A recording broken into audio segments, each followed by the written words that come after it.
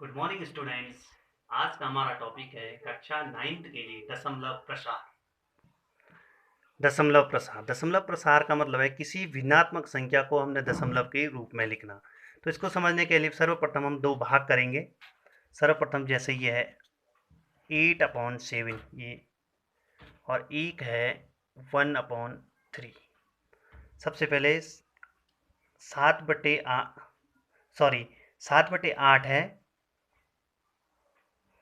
7/8 है तो 8 का भाग हम 7 में देते हैं, भाग नहीं जाएगा, यहाँ 0 लगा दिया, दशमलव यहाँ 0 हो गया, 8×8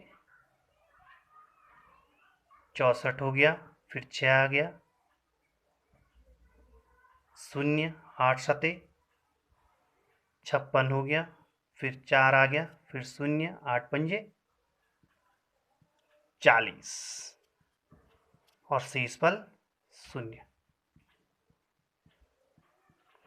और यहाँ पर 1/3 यानी कि 3 का भाग 1 में, 0.339, फिर 3×9, फिर 3×9, फिर ऐसे ही 3×9।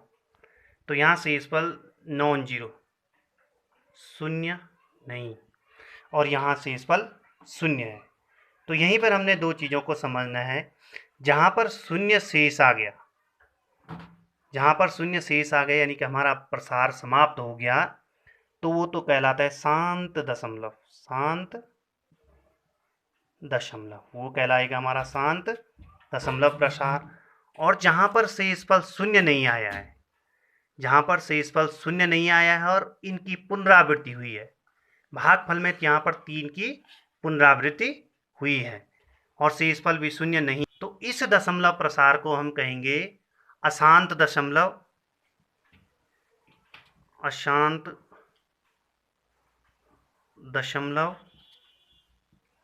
प्रसार या अनौशानी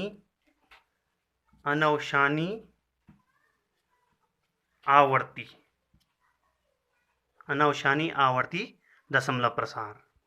तो जहाँ पर शेषफल 0 आ गया यानी कि दशमलव प्रसार रुक गया है, तो शांत दशमलव प्रसार।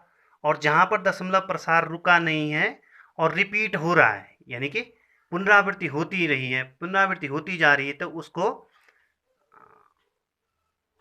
अशांत दशमलव प्रसार या अनौशानी आवर्ती कहते हैं। यानी कि अशांत दशमलव प्रसार में भागफल के किसी खंड की पुनरावृत्ति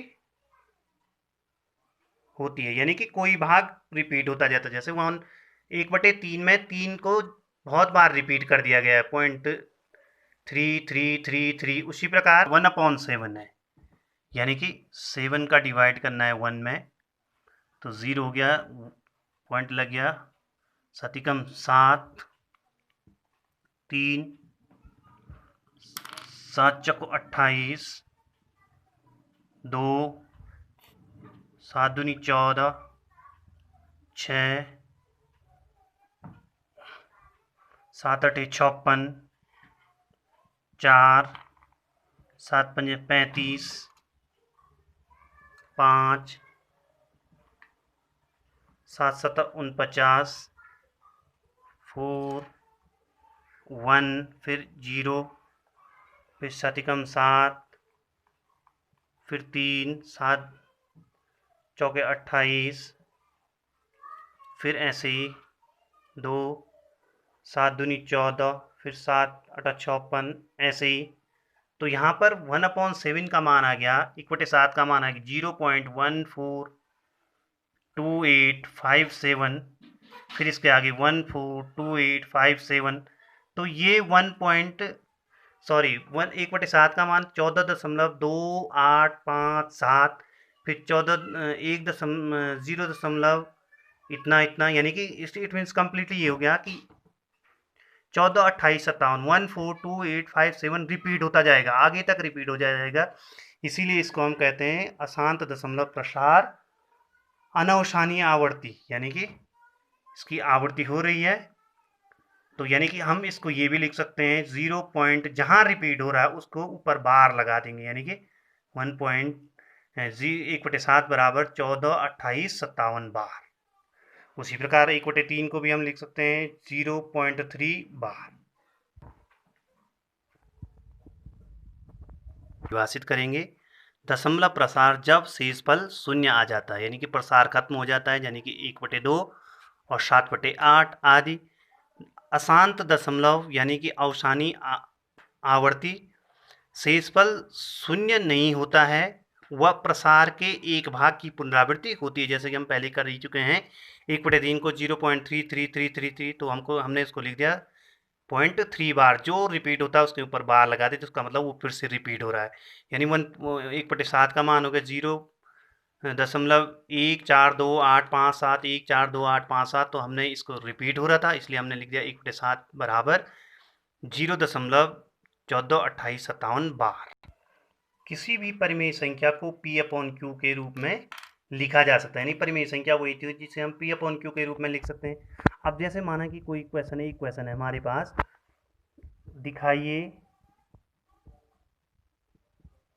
0.333331 परिमेय संख्या है या इसे P/Q के रूप में लिखिए। हम ऐसा करेंगे, हम लिखेंगे x इक्वल टू 0.3333, तो यानी कि x इक्वल टू हो गया 0.3 बार, या ऐसे भी लिख सकते हैं हम इसको 33 बार। ये समीकरण नंबर हम इसको मानते हैं 1। समीकरण 1 को 10 से गुणा करने पर हम इस बार को अलग कर लेते हैं, तो समीकरण नंबर 1 को 10 से गुणा करने पर तो हो जाएगा 10x प्लस 3.3 बार, और यहाँ पर 10x बराबर इस 3 बार को भी अलग कर लेते हैं, तो 3 धन 0.3 बार, यानी कि 10x बराबर हो गया 3 धन समीकरण नंबर 1 से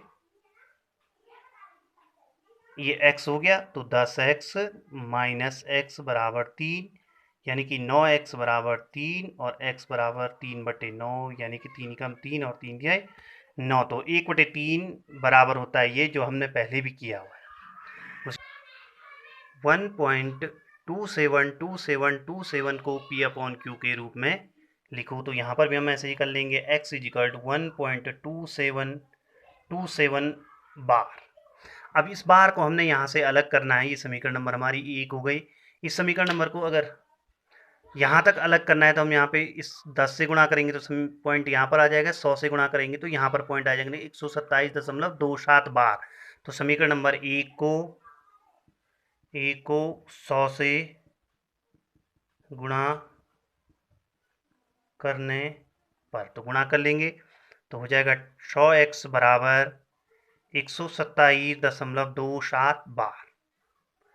ठीक हो, इसको अलग कर लेंगे और यहाँ से भी एक और ले लेंगे, यानी कि हम इसको ऐसे भी लिख सकते 100x बराबर 127 धन 0.27 बार।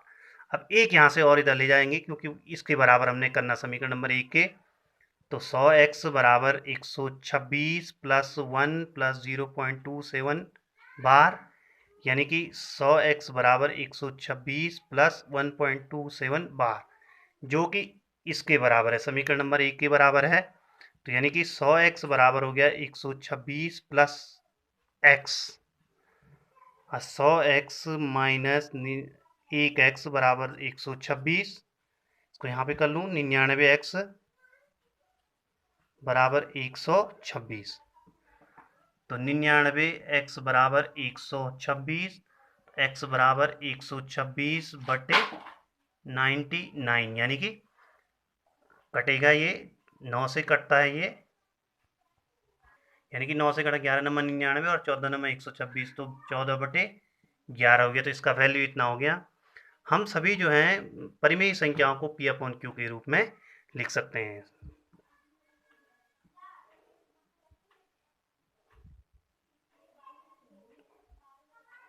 Thanks student.